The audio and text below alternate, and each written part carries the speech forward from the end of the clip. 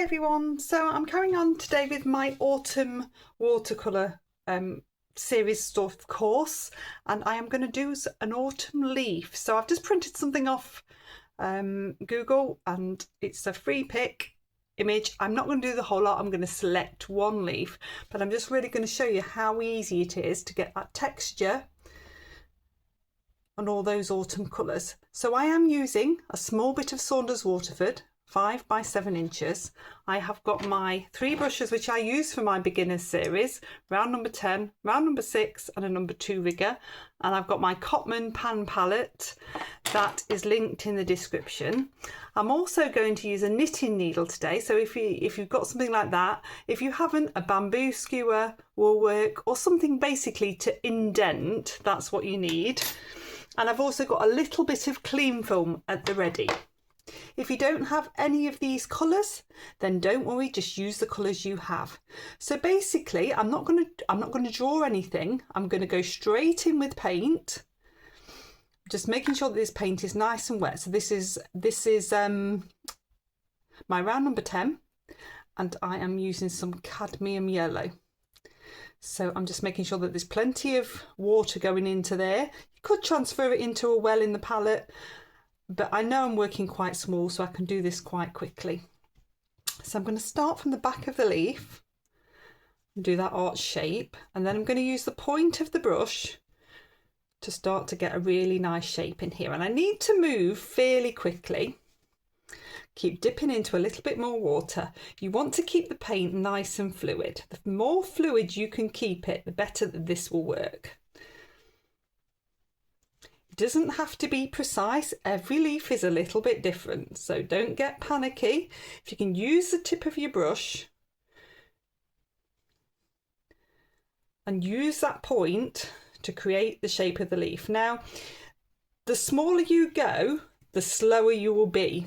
So you're better to use the biggest brush that you can for the job, especially when you're working on to dry. So I've got those colours in there. I'm going to come in, I've got some alizarin crimson here, so we're going to start to flow some of that in. I'm going to dip back into my water. These are all the autumn colours, they're all starting to come through now. And just dip that through. And then a bit more water, and I'm going to come into some burnt sienna as well. So we'll have a little bit of that in, a bit more of an orangey tone. Pop that in. And then, I mean, we could use a bit of cadmium red as well, but we're going to go burnt umber. So any of these that you've got something similar, just use it. It will still work. And I'm keeping the burnt umber towards the centre, sort of painting down, because it's going to help create those veins in the leaf. So this is nice and fluid. I've got plenty of time. With a cotton paper, you've got plenty of time. If I pick up my rigger, I'm going to twizzle around now because I find it easier to paint downwards. With a damp rigger, I'm just going to pull that line out. So I've got that bit of the leaf happening there. So that's working really nicely. If I take my knitting needle now and my reference, I can use that. And I'm basically going to draw with the knitting needle. So this is going to start to pop those veins in. So the paint is flowing into the indent on the paper. So it's nice and wet. And it means you've got a nice easy job of creating these lines. So when you're coming on for, so you've got the main veins and then you've got the ones coming out. As you're coming out, you're going to follow the line of the leaf. But then you're also going to stagger that join. If they join at the same time, it looks a little bit false.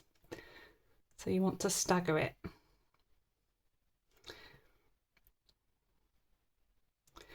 So they don't hit the same place. Have a little line there and a little line there. You see, we've got a leaf just like that already. And then we want a little bit of autumn texture on this leaf. So this is where the clean film comes in now. I've got a blob of something on here that I don't want, so I'm just going to try and get that off. This is my number 6 brush. It's a bit of paint. I'm going to lay this on carefully. Now you've got to be careful because if you pull it, it'll move the paint, and it still might move the paint, but I'm going to scrunch that on and we're going to leave it to dry. Okay, so after about 10 minutes, you should be able to just peel it off and see what you've got. Hopefully it's done some texture. It has. It's still a little bit damp, mine, so I'm just going to dry that off now. Okay, so that's nicely dry now. So when you peel off that cling film, you're looking for that texture to just stay put. If it's still wet, you'll just have to just peel a tiny bit, then put it back. You've got to wait for it to dry. I've got some really nice texture on here, and it's made an absolutely beautiful autumn leaf. So you could choose any shape of leaf, you could choose any colour of leaf as well, so you can get the more sort of burgundy colours. You also get the more greeny brown colours as well, so it's entirely up to you. So I'm just to really stop it floating on the paper, I'm going to do a little bit of shadow.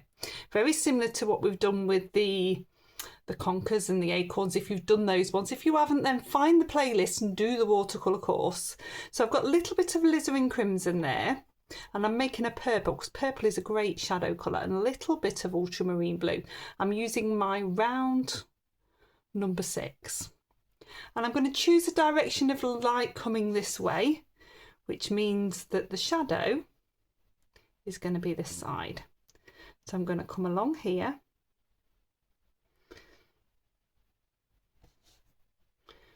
and just create a shadowed edge.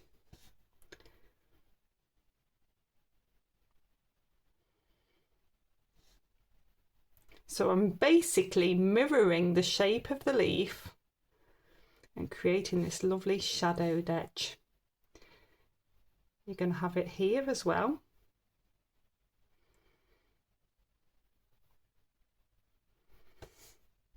And then you would have a little bit even here. And then lastly, you would have that shadow coming just here.